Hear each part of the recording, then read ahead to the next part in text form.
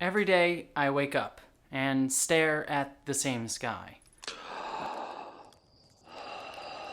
I've done this before, this exact same thing before. The same order, the same routine. It doesn't feel special. Nothing feels special.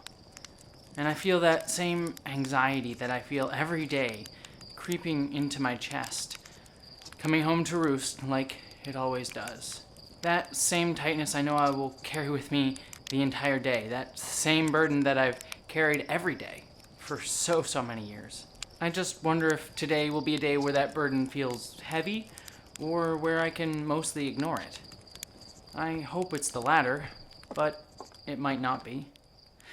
But I get up and go anyways. Outer Wilds is a game by Mobius Digital. In this game, you're in a small solar system with a few planets, a sun, and a few other interesting sights here and there, like an asteroid or this crazy dark area called the Dark Bramble. You have your little spaceship and no direction. Nowhere to go but where you want to go. You can fly out into space, sure, that's available to you. You can go to your planet's own moon, that's available there for you too. You can explore your own planet, the one that you've lived on your entire life. Or maybe go to one of those asteroids or any of the other planets that are out there. But what are you supposed to do? What's the point? If you can go anywhere, where will you go? I personally have anxiety, sometimes really crippling anxiety.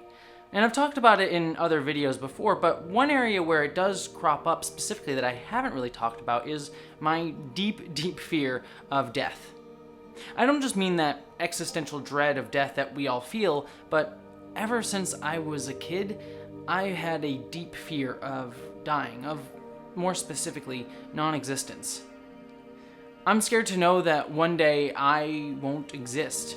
And because of that, in the back of my mind, I always feel this countdown, like a timer in my brain that says, you only have so much time left, you better make it useful.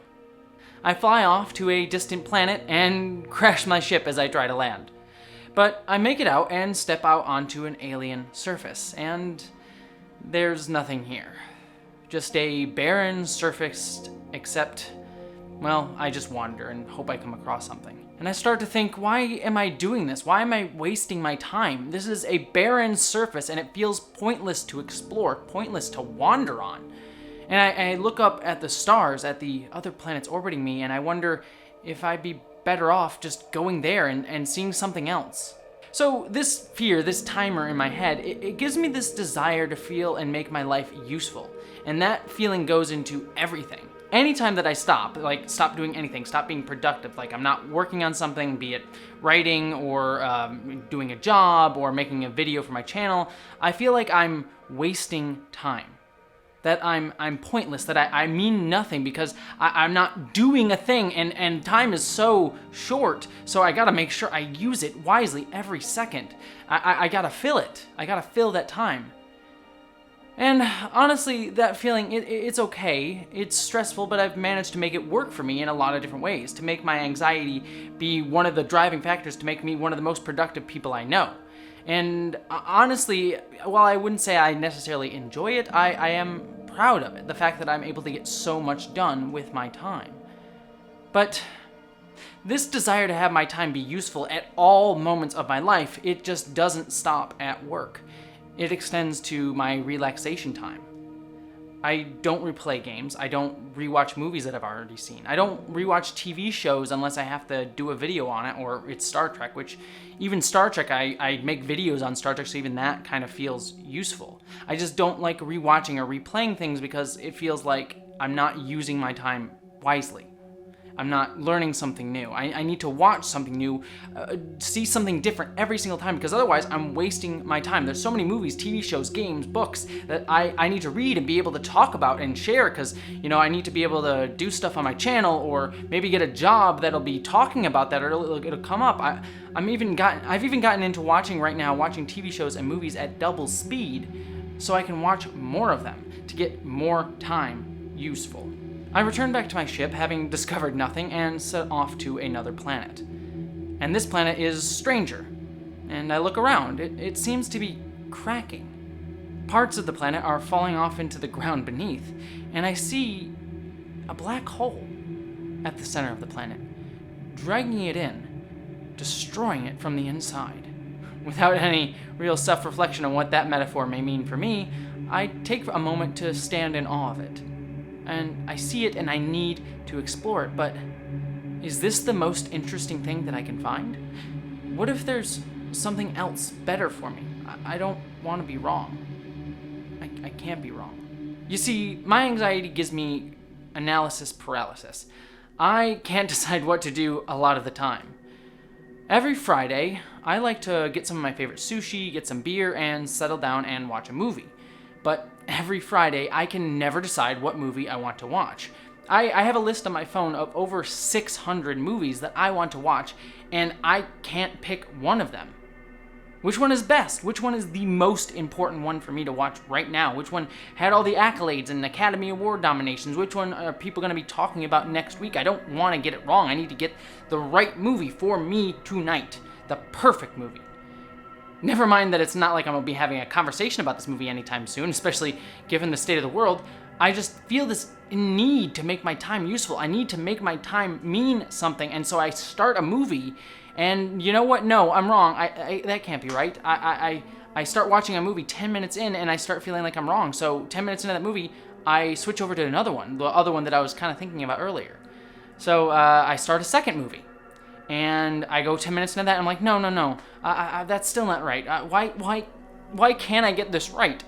And before I know it, I've switched to a third movie and trying that one. And then I start to realize, like, no, maybe I think the first movie was really the best one, so I jump back to that one. And then I keep switching between these movies over and over and over and over and over again until it's been an hour and my sushi is warm and my beer is warm and I'm sitting in a pile of anxiety, alone, undecided, and frustrated at myself and frustrated that I've just wasted this chance to do something, to be productive, to make something most of my time, and, relax. Because I don't do that too often. As I realize that the stars in the sky have slowly diminished, there's less of them. And then I hear the music change as I look at my sun. It's contracting. And suddenly, it explodes, shooting out into space, a wall of fire hurtling towards me. And I race away, but I can't beat it. I just can't make it. And then I die. I die having discovered nothing, found nothing. I wasted all this time on trying to decide what I want to do, and I'm now dead, and I was pointless. But then I wake up. The day has restarted. I'm alive, and all those choices that I could have made, they're all before me again. All of them right in front of me. You see, Outer Wilds is a game where you are trapped in a 22-minute time loop. At the end of the time loop, your sun goes supernova, killing you and everything you've ever known, and then you restart 22 minutes earlier. And you get to do it all over again. The whole galaxy is before you.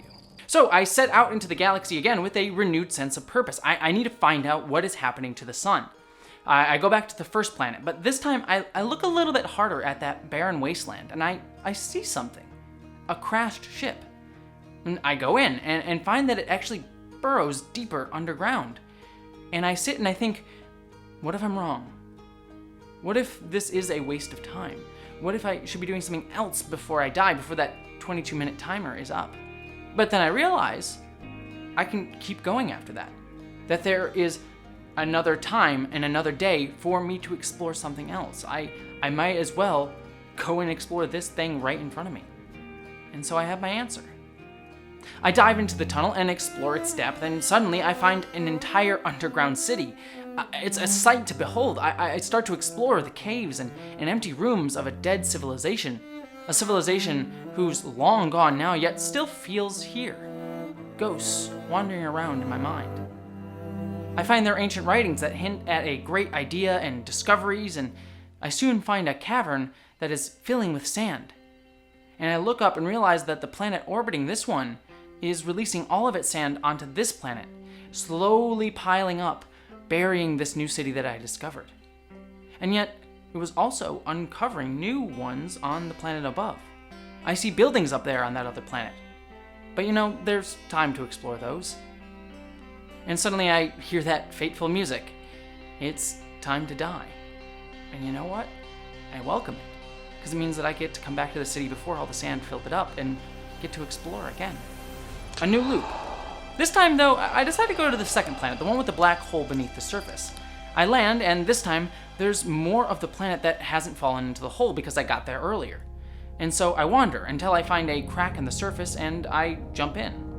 And this time I see something else, another city, an impossible city, a city on the underside of a planet floating around a black hole. I need to discover more about what this is. I need to see what mysteries it's hold, but I slip. I start tumbling in orbit around the black hole. And I know I won't survive, you know, it's a black hole. I fall in, I'm gonna die, and so I'm ready to die. So I fall in, accepting my fate. But I wake up on the other side. I'm not dead. I look around, I'm on the other side of the solar system with pieces of the cracked planet that have fallen off into the black hole floating around me. I am somewhere new. And a space station lies just over the horizon, just in the distance. I can't wait to see what's inside. I float over, open it up, and I hear it. That music, that sun. My time is over. And you know what? That's okay. Another day, another chance. Death comes for me, and I embrace it. Outer Wilds is a game that helped me with my anxiety. It didn't cure it by any means, it didn't eliminate it, but it helped, especially right now in our current world crisis, and also the fact that I lost my full-time job, so there's that. But it really did help. You see, my anxiety makes it so that I feel a need to be useful, that everything I do goes to building towards a goal, a purpose. The next job, talking with my family, a new video, building a career. And Outer Wilds has that purpose. There is a mystery at the heart of this game, one that is discoverable. What is happening to the sun? If you look and try and see more, there is an answer. And the end of the game is well worth discovering. It's one of the most beautiful endings to a game I've ever played. I cried for a long time after I watched and played the end of that game. But Outer Wilds taught me something more important, though. That it doesn't matter how long it takes you to get to that end. You could theoretically beat the entire game in 22 minutes if you know what you're doing. But there's also so much more to find and explore, to discover. Maybe you'll find another astronaut lazing about on a planet full of tornadoes. Or discover the mystery of a song that emanates from that dark bramble. Or what happened to that ancient civilization you keep finding remnants of. Or uncover the mystery of that moon that you see appearing and disappearing around the entire solar system. It's all there. Or you could just have fun, tumble around in space because it's a joy and death will come, it always does, but if you sit waiting for it to try and make every single moment matter, you miss the small joys that come your way. The joy of just standing in awe of the beauty that you find along the way, of living in a universe that you know still has mysteries for you, and that it doesn't matter if you've discovered them all. It taught me that every moment that makes you realize that your life is beautiful is worthwhile. I cannot recommend Outer Wilds enough. It's a beautiful game and is probably one of my favorites I've ever played in my life, and there's so much more to say about it than I have time to here, unfortunately. But I don't want to spoil the end of the game for you. Just, if you do play Outer Wilds, make sure you take your time getting there.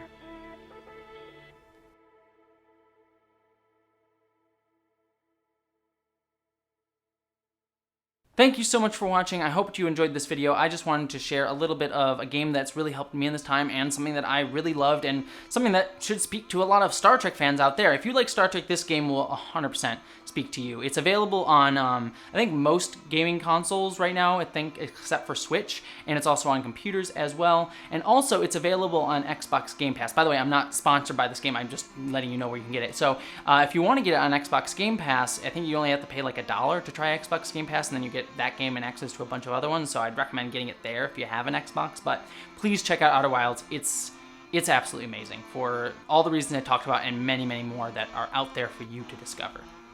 But don't forget, as always, to subscribe to this channel, give the video a thumbs up, leave a comment. I'd love to hear your thoughts about Outer Wilds if you played it. Also, just letting you know, the soundtrack for this game is amazing as well, so check that out. I played a lot of it in this video. And also, don't forget, if you want to help make these videos even better and also help support me right now during this time where I don't have a full-time job anymore, it would really mean a lot to me if you could go help me out over on Patreon. Every little bit helps. Like I said, I don't have a full-time job, so even giving like $1 or $2 really, really helps me out right now. But regardless of if you subscribe or give to my Patreon, I'm just glad that you stopped by and hope that you, as always, live long and prosper. Or maybe in this case, don't live long, but live again. Thank you so much to all my patrons who support me over on Patreon, and an extra special thanks to my commander level and above patrons, Ashley Allen Bocello, Miranda Janelle, Eli Berg-Moss, Ashlyn Solstice, Christina Dalliance, Greg Gillum, Boyd and Mary Beth Earl, Wayne Twitchell, Ish the Mad, Buttoneer, Randy Thompson, Mouse Pounder, Jemshin, Susan Banks, Wellington Marcus, Lorena Mesa, Alexander Miller, John Steele, William Stewart, Michael Bean, Gavin Robinson, Aaron Brown, Christy Marie Johnson, Jason Knott, Maggie Evans, Maeve, Subraxis, Zach Cody, Dante St. James, Wen Dizzle Bizzle, Auntie Cat 808, Patrick Shannon, Din Hagney, Mark the Edge, Bree Beecher, Polly Mina, and Gretchen Badger. Thank you to all of you. I couldn't do this without you, so thank you so much for your support.